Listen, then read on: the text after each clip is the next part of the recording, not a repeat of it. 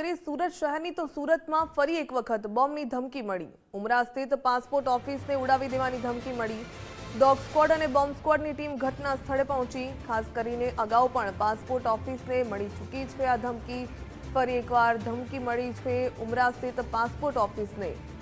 Dog squad અને bomb સ્ક્વોડની team ઘટના સ્થળ પર પહોંચી ચૂકી છે। સઘન તપાસ હાથ ધરવામાં આવી, જો કે હજુ સુધી કોઈ શંકાસ્પદ વસ્તુ નથી મળી આવી। સુરતમાં જો કે ફરી એકવાર બોમ્બથી ઉડાવી દેવાની ધમકી મળતા તંત્ર સતર્ક બન્યું અને તાત્કાલિક સઘન તપાસ હાથ ધરવામાં આવી। ઉમરા સ્થિત પાસપોર્ટ ઓફિસને ઉડાવી દેવાની ધમકી મળી। ઉલ્લેખનીય છે કે જે પ્રકારે ઈમેલ દ્વારા વારંવાર આ પ્રકારે પાસપોર્ટ ઓફિસ હોય, પોસ્ટ ઓફિસ હોય, શાળાઓ હોય તેને બોમ્બથી ઉડાવી દેવાની ધમકી મળતી હોય છે, કોર્ટ પરિસરને બોમ્બથી ઉડાવી દેવાની ધમકી મળતી હોય છે, ત્યારે સુરતમાં પણ ફરી એકવાર આ પ્રકારની ઈમેલ મળ્યો છે। વધુ વિગત મેળવીએ સંવાદદાતા રાકેશ બ્રહ્મભટ્ટ પાસેથી। રાકેશ, સુરતની પાસપોર્ટ ઓફિસને ફરી એકવાર બોમ્બથી ઉડાવી દેવાની ધમકી મળી, હાલ કેવા પ્રકારની કહી શકાય કે તપાસ હાથ ધરવામાં આવી રહી છે ત્યાં?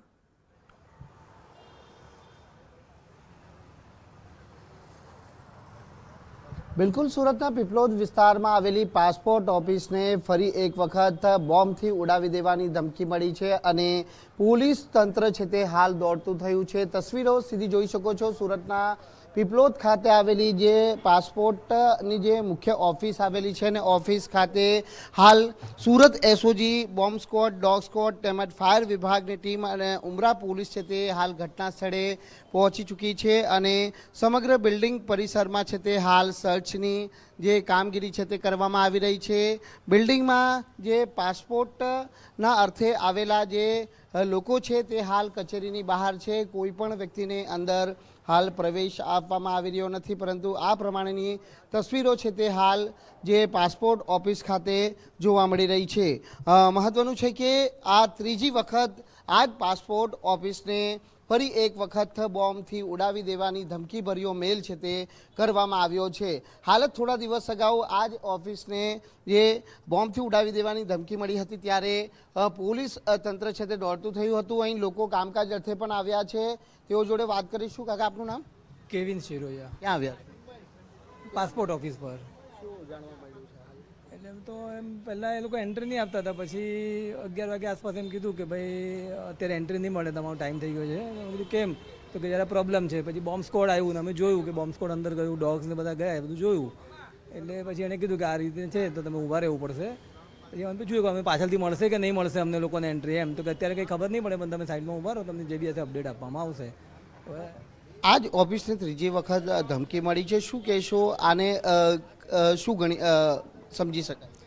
એટલે જો ક્યારે બી ધમકી આવે તેને રિયલ જ લેવું પડે। આમાં કોઈ વસ્તુનું કંઈ પહેલેથી એવું એઝમ્પશન નહીં લેશે। એ લોકોની જગ્યા પર રાઈટ છે કે એ લોકો પાસે કોઈ પણ ઇન્ફોર્મેશન આવે તો એ લોકો પબ્લિકમાં સપોર્ટ તો એટલે અમારા તરફથી સપોર્ટ તો કરવો જ પડે અમને, અને એ લોકોની જગ્યા પર રાઈટ છે। બિલકુલ, જે પ્રમાણે આપ સાંભળ્યું હશે કે ત્રીજી વખત આ જે ઓફિસને જે બોમ્બથી ઉડાવી દેવાની ધમકી મળી છે અને તેને લઈને પોલીસ જે છે તે આ બાબતને ગંભીરતાપૂર્વક લઈ રહી છે। ભલે કોઈ શખ્સ દ્વારા ટીખણખોરી કરવામાં આવી હોઈ શકે છે, પરંતુ પોલીસ જરાક પણ આને સહેજમાં લેવા માટે તૈયાર નથી અને એ જ કારણ છે કે આજે જે ફરી એક વખત જ્યારે પાસપોર્ટ ઓફિસને ધમકી મળી છે ત્યારે સુરત એસઓજી તેમજ ખાસ ઉમરા પોલીસ અને ડોગ સ્ક્વોડ, બોમ્બ સ્ક્વોડ સહિત ફાયર વિભાગની ટીમ હાલ ઘટના સ્થળે મોજૂદ છે અને જે જોઈ શકાય છે કે જે બોમ્બ સ્ક્વોડ અને ડોગ સ્ક્વોડ પાસે રહેલી જે અત્યાધુનિક મશીનરી પણ હાલ જે મહિલા પોલીસ જવાનના હાથમાં જોવા મળી રહી છે। એટલે આ તમામ જે સાધનો વડે પણ છે તે બિલ્ડિંગ પરિસરની અંદર હાલ સર્ચની જે કાર્યવાહી છે તે કરવામાં આવી રહી છે। જોવાનું એ રહી છે કે કોઈક વાંધાજનક વસ્તુ મળે છે કે કેમ તે બાબત મહત્વની બની રહે છે કે ત્રણ વખત જ્યારે આ પ્રમાણેની ધમકીભર્યો મેલ જ્યારે મળતો હોય ત્યારે સ્વાભાવિક છે કે પોલીસ આવી બાબતોને ખૂબ જ ગંભીરતાપૂર્વક લેતી હોય છે અને ત્યારે આજે ફરી જ્યારે ધમકી મળી છે ત્યારે તસવીરોમાં જોઈ શકાય છે કે અહીં તમામ પોલીસ સ્ટાફ સહિત ફાયરના જવાનોનો સ્ટાફ છે તે મોજૂદ જોવા મળી રહ્યો છે। એસીપી કક્ષાના અધિકારી પણ છે તે હાલ પાસપોર્ટ ઓફિસ ખાતે પહોંચ્યા છે।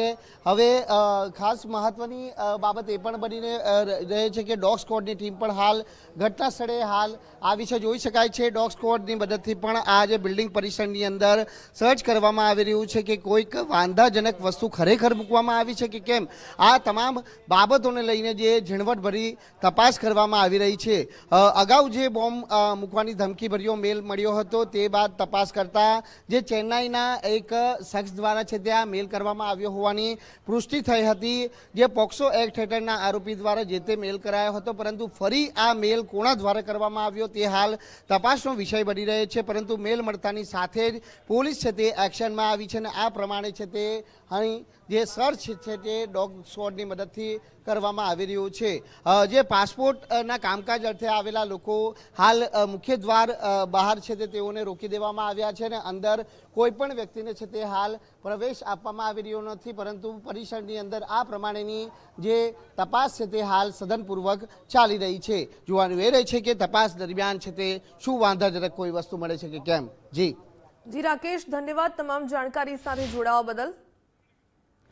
તો હાલ તો બોમ્બ સ્ક્વોડની ટીમ અને ડોગ સ્ક્વોડની ટીમ પહોંચી ચૂકી છે. ઉમરા સ્થિત પાસપોર્ટ ઓફિસ તપાસ હાથ ધરવામાં આવી રહી છે. ડોગની મદદથી જે સમગ્ર કહી શકાય કે પાસપોર્ટ ઓફિસ છે તેનો ખૂણે ખૂણો ચકાસવામાં આવી રહ્યો છે. પરંતુ હજી સુધી કોઈ શંકાસ્પદ વસ્તુ નથી મળી આવી.